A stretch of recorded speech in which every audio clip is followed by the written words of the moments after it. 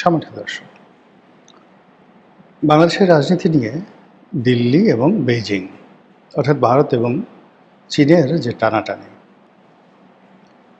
সেটা বেশ স্পষ্ট। ক্ষমতাসীন দল বিএনপি তাদের দলের মধ্যে যারা ভারতপন্থী হিসেবে চিহ্নিত ছিলেন, লক্ষ্য করুন যে তারা এখন কোন অবস্থাতে আছেন। ভারতপন্থী যারা লোকজন রয়েছেন তাদের কত অংশ ক্যাবিনেটে চান্স পেয়েছেন, কোন কোন মন্ত্রণালয়ে পেয়েছেন। অন্যদিকে যারা দলের মধ্যে চীনপন্থী হিসেবে পরিচিত ছিলেন, বেশ কয়েকবার তারা চীনে গেছেন, আপনারা তাদেরকে চেনেন। তারা কয়জন মনোনয়ন পেয়েছেন, কয়জন মন্ত্রী হয়েছেন, এটা আপনারা বুঝতে পারেন। আর এর প্রেক্ষিতেই বর্তমান সরকারের সঙ্গে ভারতের কেমন সম্পর্ক যেতে পারে আর চীনের সম্পর্ক কেমন হতে পারে এটি খুব সহজে অনুমেয়। দ্বিতীয় যে বিষয় সেটি হলো, এই সরকারের ক্ষমতায় আসীন হওয়ার বয়স মাত্র 2 মাস, অর্থাৎ 60 ডেজ। এর মধ্যে সরকারের কর্তা ব্যক্তি যারা আছে তাদের মধ্যে পররাষ্ট্রমন্ত্রী ভারত সফর করেছেন। ভারত সফরে দ্বিপাক্ষিক কী কী বিষয় নিয়ে আলোচনা হয়েছে ভারত সরকারের পক্ষ থেকে, খুব এই যে আজকে ভিডিও করলাম, আজকেই তারা একটা সংবাদ সম্মেলন করে তাদের যে পররাষ্ট্র মন্ত্রণালয়ের মুখপাত্র তিনি যে কথা বলেছেন সেটা হলো, বাংলাদেশের পক্ষ থেকে শেখ হাসিনাকে প্রত্যর্পণ করার ব্যাপারে যে অনুরোধ করা হয়েছে সেই ব্যাপারে তারা একটা গতানুগতিক উত্তর দিয়েছে যে তারা এই বিষয়টি দেখছেন, গভীরভাবে পর্যবেক্ষণ করছেন। শেখ হাসিনাকে কীভাবে প্রত্যর্পণ করা হবে বা করা যেতে পারে, বাংলাদেশের যে অনুরোধ সেই অনুরোধকে ভারত কীভাবে মূল্যায়ন করবে, এই বিষয়গুলো নিয়ে চুলচেরা বিচার বিশ্লেষণ হচ্ছে ভারতের সর্বোচ্চ মহলে। আপনারা স্পষ্টই বুঝতে পারছেন যে এটা একটা কথার কথা। একটা গণতান্ত্রিক সরকার যখন এরকম প্রস্তাব দেয়, তো ভারত যেরকম গতানুগতিক উত্তর দেয়, ঠিক এরকম একটা উত্তর, যে উত্তর অন্তত ইতিপূর্বে ডক্টর মোহাম্মদ ইউনূসের জমানাতে 4 থেকে 5 বার এই একই উত্তর দেওয়া হয়েছে, কিন্তু ফলাফল আমরা কিছুই পাইনি। আচ্ছা, দ্বিতীয়ত হলো যে বাংলাদেশের পক্ষ থেকে যে কথাগুলো বলা হয়েছে, 1 নম্বর কথা হলো যে ভারতের সঙ্গে বাংলাদেশের সম্পর্কটা এখনো পর্যন্ত ভালো যাচ্ছে না। তার প্রমাণ হলো, বাংলাদেশের পক্ষ থেকে যে বিবৃতি দেওয়া হয়েছে সেটা হলো যে ভারত এবং বাংলাদেশের সম্পর্কটির মান নির্ভর করবে বা সম্পর্কের ভবিষ্যৎ নির্ভর করবে গঙ্গা পানি চুক্তির মাধ্যমে। তো গঙ্গা পানি চুক্তি চলমান একটি প্রক্রিয়া, এটি রিনিউ হয়।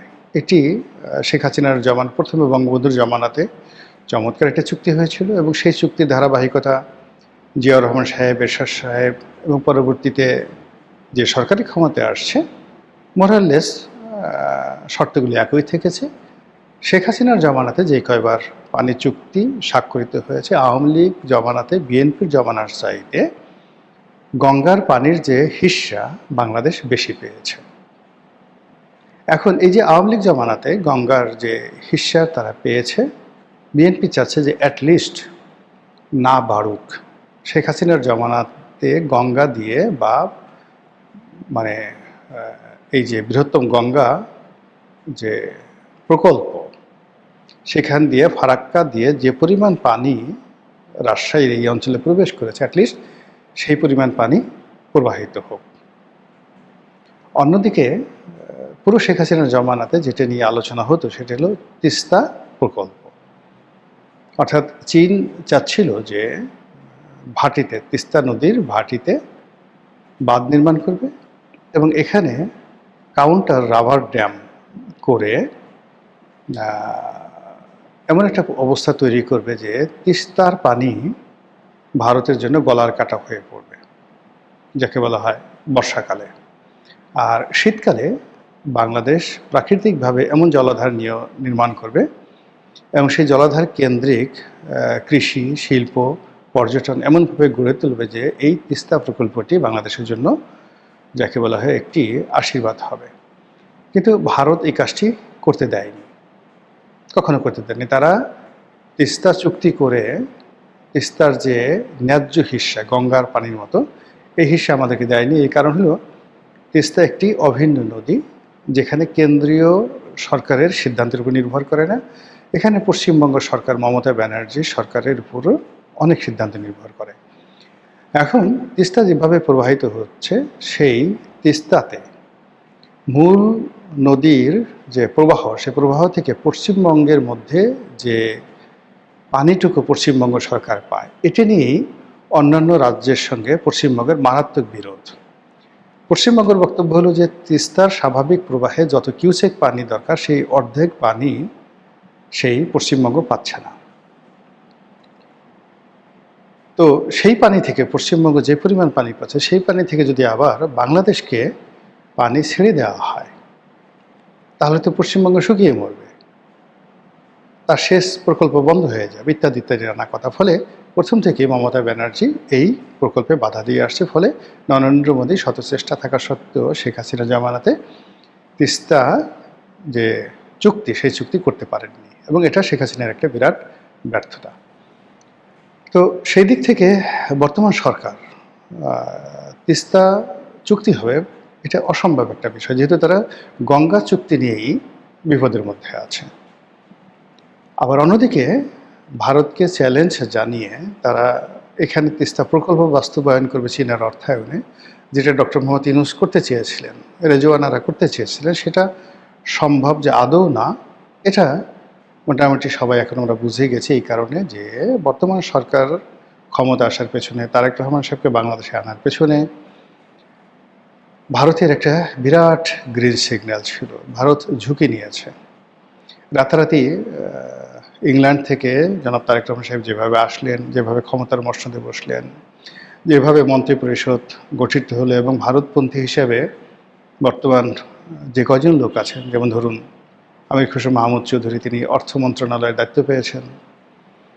তারপরে সালাউদ্দিন সাহেব, তিনি স্বরাষ্ট্র মন্ত্রণালয়ের দায়িত্ব পেয়েছেন। ইকবাল মাহমুদ টুকু, তিনি ভারতপন্থী নেতা হিসেবে পরিচিত, এবং তিনি জ্বালানি ও খনিজ সম্পদ বিদ্যুৎ মন্ত্রী হিসেবে দায়িত্ব গ্রহণ করেছেন। আর রইল কি?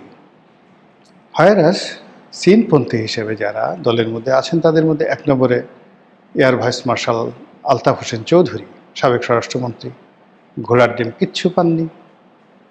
তারপর চীনপন্থী হিসেবে পরিচিত সাবেক স্বরাষ্ট্র প্রতিমন্ত্রী লুৎফুজ্জামান বাবর, যারা চীনের অর্থায়নে উলফাদেরকে সেই যে 10 ট্রাক অস্ত্র দিয়েছেন বলে অভিযোগ রয়েছে, এবং এই জন্য তাদের জীবন তছনছ হয়ে গেছে, এবং তারা ভারত বিরোধী শক্তি হিসেবে চীনপন্থী হিসেবে পরিচিত।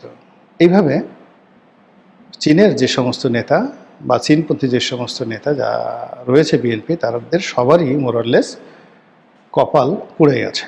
কেউ এমপি হয়েছেন, কিন্তু দলে তাদের কোনো গুরুত্ব নেই। এইরকম একটা বিরাট বহর এখন চীন সফরে আছেন আলতাফ হোসেন চৌধুরীর নেতৃত্বে। এই সফর কি কেবলই মাত্র প্লেজার ট্রিপ, নাকি এই সফরের মাধ্যমে যে সকল কানেকশন রয়েছে চীনের সঙ্গে বিএনপি, সে সকল কানেকশনকে চীন খুব স্পষ্ট ভাষায় বলে দিতে চায় যে তোমাদেরকে আমরা এতদিন দেখভাল করেছি, লালন পালন বলাটা ঠিক হবে না, দেখভাল করেছি, তোমরা যেভাবে আমাদের কাছে সাহায্য চেয়েছো, সহযোগিতা চেয়েছো, কূটনৈতিক সমর্থন চেয়েছো, আমরা করেছি, কিন্তু একই তোমরা আমাদেরকে কি হেল্প করবা? তোমরা তো নিজেদেরকেই হেল্প করতে পারছো না। তোমাদের কারো কপাল ফাটা, কারো পেট ফাটা, কারো হাত ফাটা, তোমাদের কিচ্ছু নাই, তোমরা গরিব, মানে সেফায়েতুল্লাহ সেফুর মতো তোমরা গরিব, তোমরা পান্তা ভাত খাও, তোমরা কি করে তিস্তা প্রকল্প বাস্তবায়ন করবে? তোমরা কি করে লালমনিরহাটে সেই যে মিলিটারি বেস, আমরা একটা বিমান ঘাঁটি করতে চাচ্ছি, সেটা করতে দেবে? এমনকি যে চুক্তি হয়েছে একটা হাসপাতাল করার জন্য লালমনিরহাটে, সেটাও যে আমরা করতে পারবো, এটার গ্যারান্টি কি?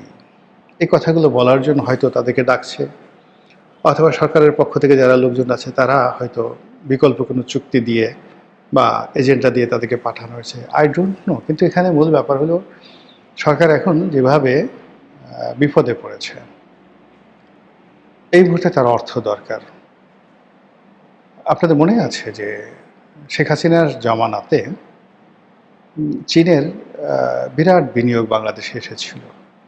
তখন পররাষ্ট্রমন্ত্রী মিস্টার মোমেন বলেছিলেন যে ভারতের সাথে আমাদের বন্ধুত্ব আছে, ওকে, বাট চীন তো আমাদেরকে বস্তায় বস্তায় টাকা দিয়ে সাহায্য করে, ফলে তাদের সাহায্য, তাদের বন্ধুত্ব আমাদের দরকার আছে। উই ক্যানট অ্যাভয়েড, আমরা চীনকে কোনো অবস্থায় অ্যাভয়েড করতে পারবো না। তো এই যে শেখ হাসিনা চীনকে ওন করেছিলেন, তার পররাষ্ট্রমন্ত্রী ওন করেছিলেন, এখন বিএনপি যদি সেটা ওন করতে না পারে, এই মুহূর্তে চীনের অনেকগুলো প্রকল্প রয়েছে, সেখানে চীনের যে প্রবাহমান ঋণ, সেই ঋণগুলো দিতে হবে, আদারওয়াইজ চীনের প্রকল্পে